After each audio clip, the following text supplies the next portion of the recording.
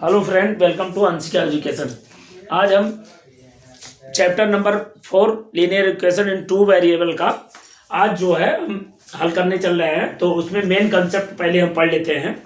Chapter start होने के पहले मेन कंसेप्ट पढ़ लेंगे तो हमें सॉल्व करने में आसान होगा और हम पूरी क्लियर बात समझ पाएंगे इस चैप्टर का।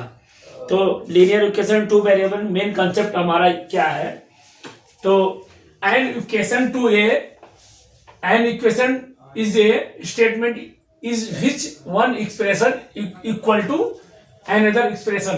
इसमें कहा जा रहा है कोई इक्वेशन है इज ए स्टेटमेंट, वो स्टेटमेंट उसका दिया हुआ है तो किस कंडीशन में हम फुलफिल करेंगे उसकी हमारा ये स्टेटमेंट ये सही है। which एक एक्सप्रेशन है, एक एक्सप्रेशन दिया होता है, one expression equal to another expression. मान लीजिए कोई एक्सप्रेशन दिया हुआ है जैसे 2x प्लस 3y प्लस 0 नहीं प्लस 1 या c लिखते हैं इक्वल टू 0। तो हमारा एक एक्सप्रेशन हमारा यहां तक है, एक एक्सप्रेशन हमारा यहां तक है और दूसरा हमारा ये एक्सप्रेशन हो गया। तो हमारा दो एक्सप्रेशन को जब इक्वेट करते हैं, मिलाते हैं, जोड़ते हैं, दोनों अलग अलग इक्वेशनों को इक्वेट करने हैं तो हम इसको कहते हैं equation of statement with the expression of the another. तो ये इक्वेशन इसको कहते हैं। इसी तरह हम इसको क्लीन करते हैं पहले। फिर दूसरा है an equation of the ax plus by plus c equal to 0। कोई इक्वेशन दिया हुआ है हमारा ax plus by plus c। अब क्वेश्चन कहा जा रहा है where a b c are real number, और उसमें a b c real number है। रियल नंबर जिसे मतलब हमारा 1 2 3 4 5 6 ये रियल नंबर हमारा है। तो एक number such that a equal to not 0 and b equal to not 0 is called linear, उसको हम कहते हैं लीनियर इक्वेशन। लेकिन अब नॉट 0 अगर ए की जगह पे 0 अगर रख देते हैं तो हमारा क्या क्या कंडीशन होगा? जैसे हमारा ये इक्वेशन दिया हुआ है ax plus by equal to 0। अगर ए की जगह हम 0 रख देते हैं, अगर 0 रख दिए 0 इंटू एक्स वेरिएबल है प्लस by इक्वल टू 0। तो हम अगर 0 दे तो ये हमारा पूरा एक्सप्रेशन हमारा 0 हो जाएगा। तो हमारा अब वेरिएबल हमारा कितना बचा? एक ही बचा। तो हमारा यहाँ is called a linear equation, is a two variable. Linear equation is two variable. इसमें कहा जा रहा है दो वेरिएबल है। लीनियर इक्वेशन की यही परिभाषा हमारी है कि linear equation is to variable. तो हमारा वेरिएबल जो है हमारा यहाँ एक ही है। जब हम 0 से मल्टीप्लाई कर देंगे या x में या a को 0 मान लेंगे या तो b को मान लेंगे 0, दोनों में अगर हम 0 कर देते हैं तो हमारा एक ही वेरिएबल बचेगा। तो हम जबकि हमारा परिभाषा क्या कह रहा है, हमारा linear equation is to variable. तो दो वेरिएबल इसमें होना चाहिए, तो दो वेरिएबल हमारा नहीं होगा, 0 होने से एक ही वेरिएबल बचेगा। तो हमारा ये क्वेश्चन में फुलफिल नहीं कर रहा है।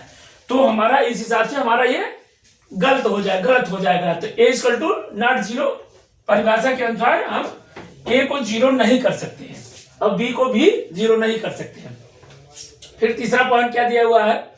The process of the finding solution is called the solving an equation. The process मतलब पूरे इस प्रक्रिया को, ऊपर जो दिया गया है सारे प्रोसेस की प्रक्रिया को of the finding solution is called solving an equation. इसको इक्वेशन कहते हैं। इक्वेशन हमारा ax plus by plus c equal to 0।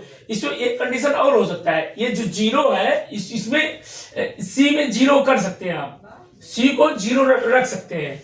तो हमारा c को अगर 0 रखेंगे जैसे ax plus by plus c की जगह 0 कर देंगे इक्वल टू 0, तो हमारा इक्वेशन में कोई बदलाव नहीं आएगा, कोई चेंज नहीं होगा।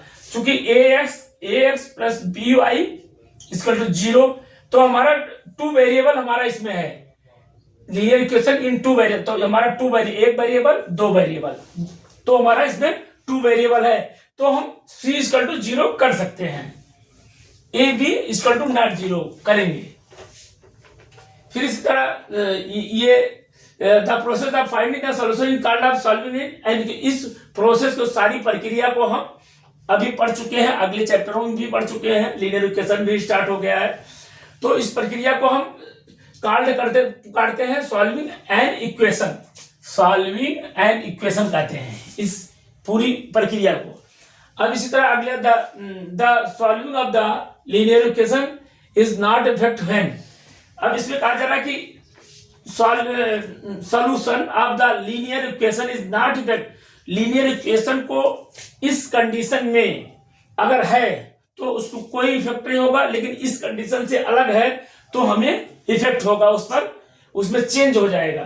किस कंडीशन में? Point 1, the same number is add to, same number को, सेम नंबर इज ऐड या सब्ट्रैक्ट करने पर बोथ साइड, माने दोनों साइड में, जैसे मान हमारा है कोई इक्वेशन है ax plus by equal to 0, तो हम सब्ट्रैक्ट करने पर दोनों साइड में सेम नंबर से सब्ट्रैक्ट करेंगे, तो हम दोनों साइड में सेम नंबर जैसे सब्ट्रैक्ट किए -5 इधर -5 इधर, तो हम सेम, तो इक्वेशन में कोई बदलाव नहीं आएगा सब्ट्रैक्ट करने पर, या प्लस भी कर देंगे तब भी कोई चेंज नहीं आएगा दोनों साइड में।